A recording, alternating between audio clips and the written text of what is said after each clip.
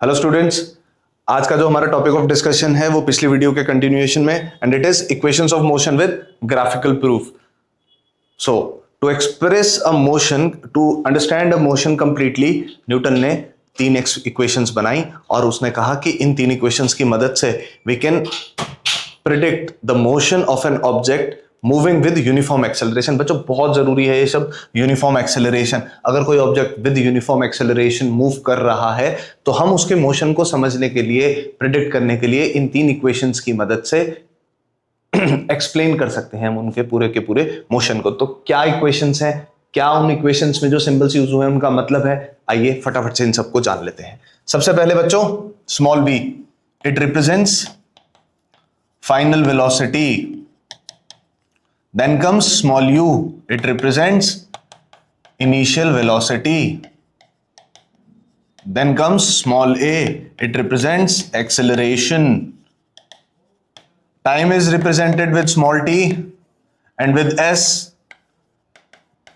we have represented displacement, or in some cases distance is also represented by s.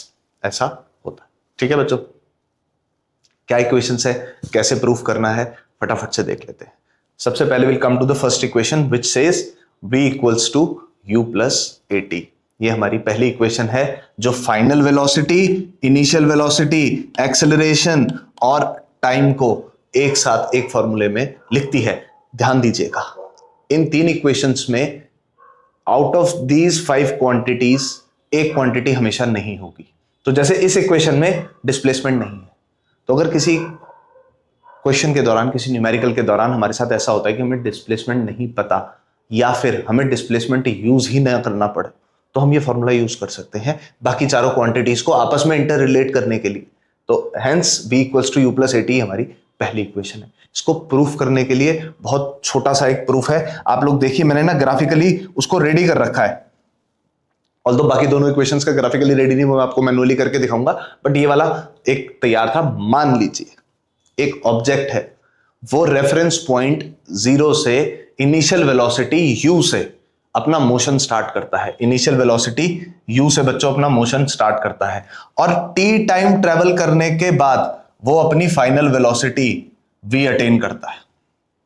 Initial velocity u से अपना motion start करता है, time equal to 0 second से reference point, और फिर time t equals to t seconds के बाद it attains its final velocity which is v। ठीक हो गया?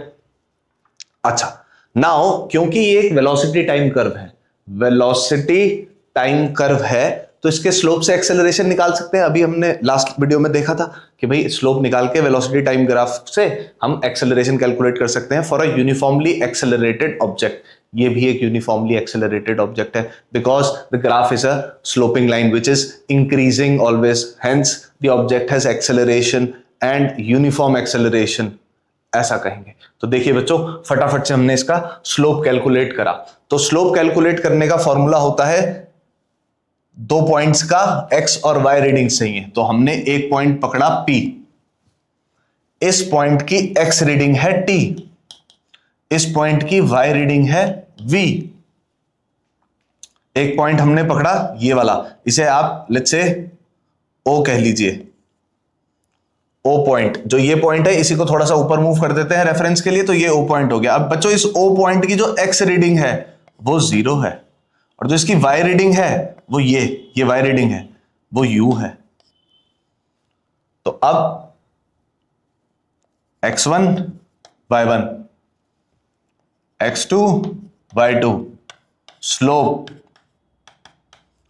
y2 minus y1 over x2 minus x1, v minus u over t minus 0। So this is v minus u over t, और ये होता है acceleration. यही सेम फॉर्मूला हमने acceleration में भी पढ़ा था, rate of change of velocity, यही फॉर्मूला पढ़ा था। ग्राफिकली भी यही फॉर्मूला निकल के आ गया फ्रॉम स्लोप, यानी कि हम सही कर रहे हैं। आगे चलते हैं। नाउ t को यहां से उठा के यहां ले जाते हैं a के पास, at equals to v minus u, u को यहां से यहां ले जाते हैं, so v equals to u plus a t, terms को रीअरेंज करके लिखा है और कुछ नहीं है। तो इस तरीके से आप ग्राफिकल मेथड से फर्स्ट इक्वेशन ऑफ मोशन को प्रूफ कर सकते हैं। अच्छा, यहां पर इसी चीज को करके दिखाया गया है, आप लोग अपने रेफरेंस के लिए इसे देख सकते हैं, बट करने का तरीका बहुत आसान है अगर आपको ग्राफ पता है। और जितनी भी अजम्पशंस, किसी भी डेरिवेशन को प्रूफ करते हुए सबसे इंपॉर्टेंट चीज है अजम्पशंस। जब टीचर आपकी नोटबुक चेक कर रहा है ना, तो you have to write keeping this in mind the teacher knows nothing. जितना हम लिखेंगे उसी हिसाब से टीचर मार्क्स देगा। मेरे दिमाग में क्या है, उस पर कभी नंबर नहीं मिलते, नंबर उस चीज पे मिलते हैं जो कॉपी में लिखा गया होता है। So whenever you write your answer, make it as descriptive as possible. जितना ज्यादा अपनी चीजों को एक्सप्लेन करके लिखेंगे, टीचर को चेक करने में आसानी होगी और वो उसी के हिसाब से नंबर देगा। बहुत जरूरी है। किसी भी जनरलाइज माइंड होता है टीचर्स का, और वो टीचर्स का माइंड इस तरीके से ही जनरलाइज होता है कि भैया उनको चाहिए हर चीज लिखी हुई, आप लिखेंगे आपको नंबर मिलेंगे। तो इसलिए जो assumptions हैं, consider a body moving with uniform acceleration a, let u equals to initial velocity, v equals to final velocity after time t, a is equal to uniform acceleration। ये सारी जो बातें लिखी गई हैं, इनका मतलब है, ये आपने भी लिखनी है। जब भी किसी इक्वेशन का प्रूफ करेंगे, ये सब लिखना ही लिखना है। ठीक हो गया इतनी सी बात? चलिए, नेक्स्ट कम्स हमारी second equation of motion, which is s equal to u t plus half a t square. और इस इक्वेशन में v नहीं है,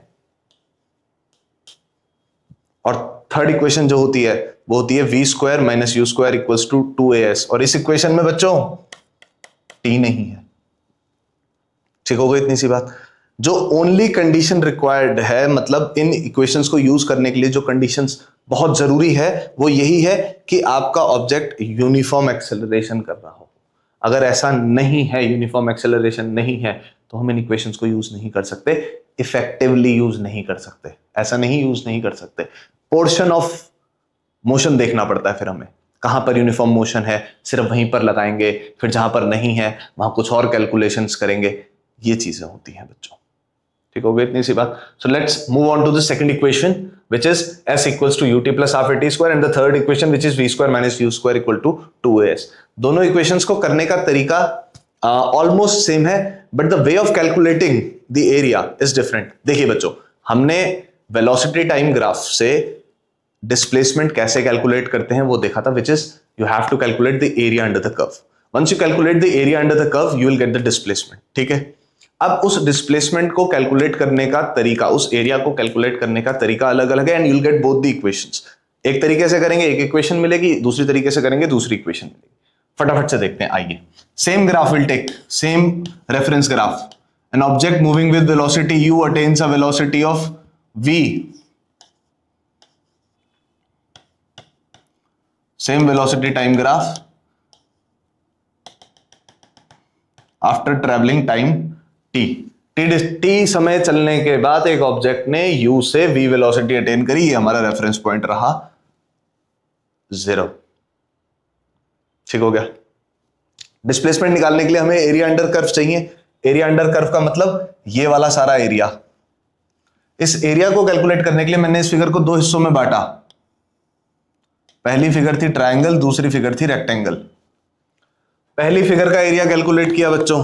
पहली फिगर का area half into base into height, which is half base. Base बच्चों ये है, ये पूरा बेस है, which is t minus 0। t minus 0, तो बेस हो गया t। एंड हाइट, अब ध्यान से देखिए, यहां से यहां तक v है, यहां से यहां तक u है, तो ये बचा हुआ हिस्सा v माइनस u हो गया। फिर से देखिए, यहां से यहां तक v है, यहां से यहां तक u है, तो बचा हुआ v माइनस u हो गया। यानी कि इस ट्रायंगल की जो हाइट है वो v माइनस u है। और हम ये फॉर्मूला क्यों लगा रहे हैं, half into base into height? But we have studied कि to find the area of a triangle we use Heron's formula, but here we are not using Heron's formula. The reason is because it is a right angle triangle, and for right angle triangle we can calculate the area as half into base into height. तो ये 90 degree का angle है, right angle triangle है, half into base into height का formula लगाएंगे। Height is v minus u, रख दीजिए। पहली फिगर का एरिया कैलकुलेट हो गया। Now to calculate the area of the second figure will use length into width. Very simple, area of second figure length into width. Length फिर से t है and width is u, ut। Clear है इतना सा? Now to calculate the total displacement, we have to add these two areas. Now we'll add these areas and we'll calculate the total displacement.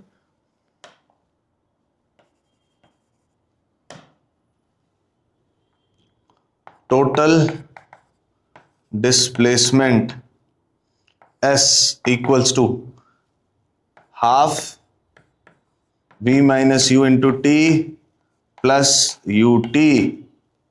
तो देखिए बच्चों, ये equation और ये equation कुछ कुछ एक जैसी दिखने लग गई है ना। लेफ्ट हैंड साइड में ऐसा आ गया है, यूटी वाली टर्म आ गई है। Now we have to convert, half का हाफ है v minus u into t as half a t square. तो देखिए कहां से आएगा ये, कैसे आएगा ये, फटाफट से देख लेते हैं। बड़ा आसान है, देखिए हमने एक्सेलरेशन का फॉर्मूला पढ़ा था v minus u upon t. यहां से will calculate the value of v minus u. v minus u equals to 80। ये टी इधर चला जाएगा a के साथ, v माइनस यू हमें 80 देगा।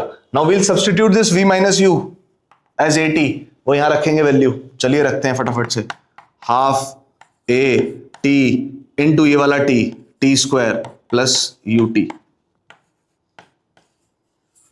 ये आ गई हमारी second equation of motion, s equals to u t plus half a t square. बड़ा आसान है, केवल चीजों को इधर से उधर सब्स्टिट्यूट करना है, वैल्यूज को फाइंड करके रखना है और आपकी इक्वेशन रेडी है।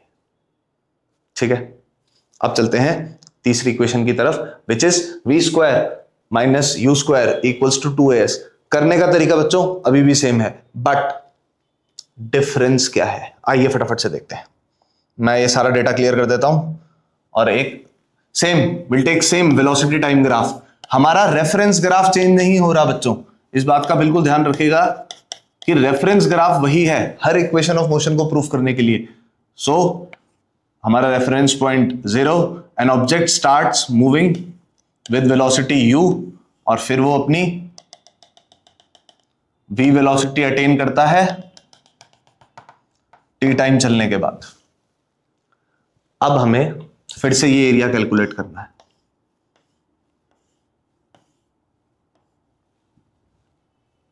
बट इस बार इस एरिया को कैलकुलेट करने के लिए हम इस फिगर को दो हिस्सों में नहीं बांटेंगे। Will calculate the area as whole, और to calculate this area as whole मैं एक बार इसको आउटलाइन करके आपको दिखाता हूं अलग से। ये वाले एरिया की, let's do the right thing. ये वाले एरिया की बात हो रही है बच्चों, इस फिगर को यहां अलग से बना लेते हैं।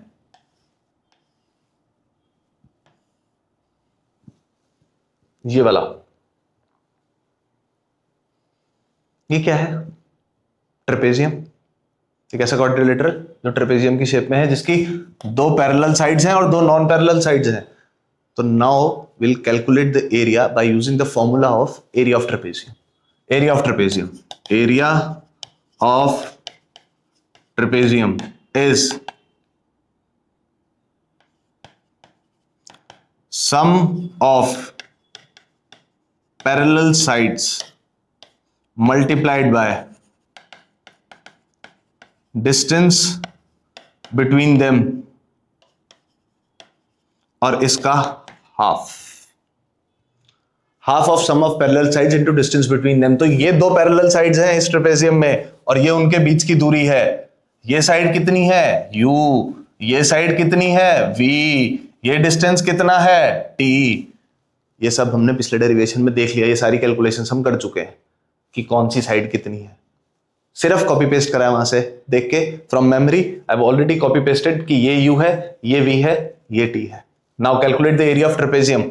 आइए एरिया ऑफ ट्रेपेजियम निकाल रहे हैं इस ग्राफ के लिए। तो इस ग्राफ के लिए जो एरिया ऑफ ट्रेपेजियम है वो हमें क्या दे रहा है बच्चों? वो हमें दे रहा है डिस्प्लेसमेंट दे रहा है। तो will calculate half of sum of parallel sides which is v plus u, distance between them is t। इस तरीके से हमने इस इक्वेशन को लिख लिया। ठीक हो गया। अब फिर से एक्सेलरेशन के फॉर्मूले पे चलते हैं। पिछली इक्वेशन का प्रूफ करने के लिए भी हम एक्सेलरेशन के फॉर्मूले पर गए थे, इस इक्वेशन को आगे बढ़ाने के लिए भी हम एक्सेलरेशन के फॉर्मूले पर जाएंगे, विच is v minus you over T, and will calculate the value of t from here. हम यहां से t की वैल्यू निकालेंगे, तो t इधर और a इधर, ये इधर ये इधर, v minus you over a, ये वैल्यू यहां सब्स्टिट्यूट करेंगे तो क्या मिलेगा, half v plus u, v minus you over a, ये मिलेगा। अब तो कुछ बचा ही नहीं, अब तो वेरी सिंपल, ये 2 और ये a डिनोमिनेटर में है, एक दूसरे के साथ मल्टीप्लाई में इधर चले गए s के साथ, तो यहां तो आ गया बच्चों 2as, और यहां पर हमारा फॉर्मूला लगा a plus B multiplied by a minus B is a square minus B square, और इससे कंपेयर करके v plus u, v minus u हमारा v square minus u square बन गया बच्चों। ये हो गई हमारी third equation of motion proof. So this is how you proof all the three equations of motion with the help of a graph, single graph, एक ही ग्राफ यूज किया। All you have to keep in mind is that these equations of motions are justifiable only and only when the object is moving with uniform acceleration. ये चीज आप लोगों ने ध्यान में रखनी है। ठीक हो गई इतनी सी बात, वेरी सिंपल, कुछ ज्यादा डिफिकल्ट नहीं था, बस चीजों को इधर उधर करना और किस तरीके से कौन सी इक्वेशन को प्रूफ करने के लिए कौन से स्टेप्स को यूज करना है, ये आप लोगों ने ध्यान रखना है, बाकी इट इज वेरी सिंपल। अब बात करते हैं इन इक्वेशंस की एप्लीकेशंस की। इन इक्वेशंस की एप्लीकेशंस पर जाने से पहले दो टॉपिक और हैं इस चैप्टर में, जो आपकी नई एनसीईआरटी बुक है एक्सप्लोरेशन, उसमें दो टॉपिक और हैं, उन्हें फटाफट से देख लेते हैं। उनकी although I don't have slides for them, but these are self explanatory topics, आप बुक में एक बार रीडिंग भी लगाएंगे, you would understand those topics. सबसे पहला आता है मोशन इन अ प्लेन। बच्चों, मोशन इन अ प्लेन का क्या मतलब है? जब हम बात करते हैं motion in a straight line की, तो ये वन डायमेंशनल मोशन है। One dimensional motion is a motion which is happening only along one axis, either along x axis or along y axis or along z axis. But अगर हम अपनी दुनिया को देखें, रियल वर्ल्ड को देखें, तो ये 3 डायमेंशनल वर्ल्ड है। 3 डायमेंशनल वर्ल्ड का मतलब इसमें 3 डायमेंशंस है, लेंथ है, विड्थ है, थिकनेस है। ठीक हो गया? एक x एक्सिस के अलोंग दिखाया जाता है, एक y एक्सिस के अलोंग दिखाया जाता है, एक z एक्सिस के अलोंग दिखाया जाता है, x y। ये 3 आपस में म्यूचुअली परपेंडिकुलर एक्सिसेस होती है। म्यूचुअली परपेंडिकुलर मतलब इन दोनों के बीच में एंगल 90, इन दोनों के बीच में एंगल 90, इन दोनों के बीच में एंगल 90, इनका आपस में एक दूसरे के साथ 90 डिग्री का एंगल है, कुछ इस तरीके से म्यूचुअली परपेंडिकुलर एक्सिस होती है। तो ये सिस्टम चलता है हमारी रियल दुनिया का। लेकिन जो हमारी टीवी की दुनिया है, घरों में टीवी लगा है ना सबके, तो टीवी से 2 डायमेंशन थिंग, वहां पर जो भी पिक्चर चल रही है उसमें 2 डायमेंशन है, लेंथ है, विड्थ है, हाइट नहीं है, डेप्थ नहीं है, थिकनेस नहीं है। तो 2 डायमेंशनल मोशन में अगर कोई ऑब्जेक्ट ऐसे मूव कर रहा है कि उसका मोशन 2 एक्सिस में रिकॉर्ड किया जा सकता है, इट कैन बी एक्स और Y, it can be Y और Z, it can be Z और X, doesn't matter, but if you can record a motion of an object in 2 axis, उस motion को 2 dimensional motion या फिर motion in a plane बोलते हैं बच्चों। ठीक हो गया? मोशन इन अ प्लेन कुछ दिखने में ऐसा होगा। कैसा होगा? कुछ इस तरीके से। एक ऑब्जेक्ट है,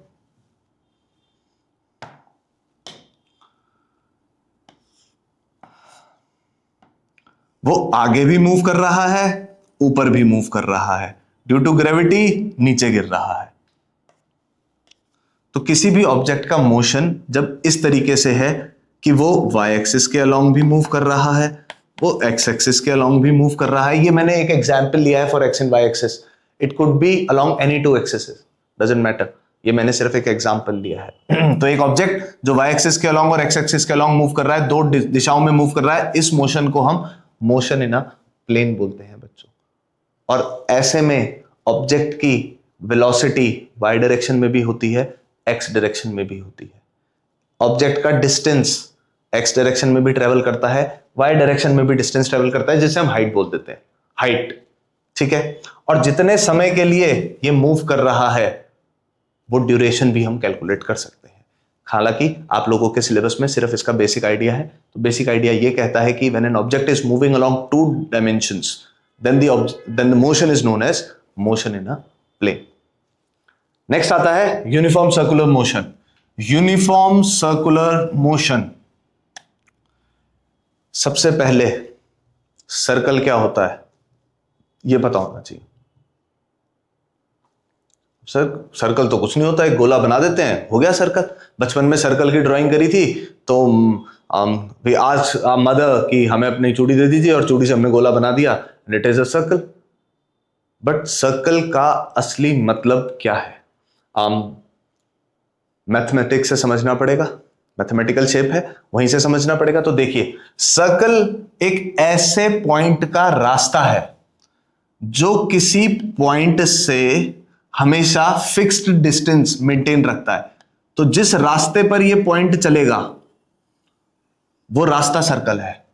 एक पॉइंट जो किसी फिक्स्ड पॉइंट से इक्वल डिस्टेंस मेंटेन रखता है हमेशा, उसका रास्ता सर्कल कहलाता है।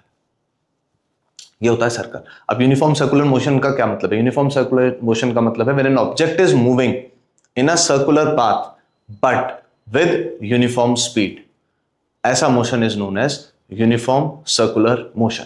यूनिफॉर्म सर्कुलर मोशन में net displacement is always zero, hence the average velocity is zero, but the direction of velocity is ever changing. Ever changing का मतलब हर पॉइंट पर वेलोसिटी की डायरेक्शन चेंज हो रही है। अगर मुझे इस पॉइंट पर वेलोसिटी की डायरेक्शन कैलकुलेट करनी है, या इस पॉइंट पर वेलोसिटी की डायरेक्शन कैलकुलेट करनी है, या इस पॉइंट पर, या इस पॉइंट पर, या इस पॉइंट पर, किसी भी पॉइंट पर if I have to calculate the direction of velocity, it is different. कैसे निकालते हैं? टेंजेंट बनाकर।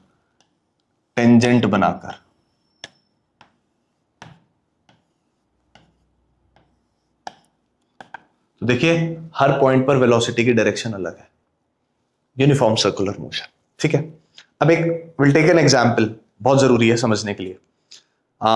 Let's say we have tied a stone to a string. एक धागे से एक पत्थर को बांध लीजिए, हाथ में पकड़िए, जोर जोर से घुमाइए, चाहे हॉरिजॉन्टली घुमाइए चाहे वर्टिकली घुमाइए, बस घुमाइए।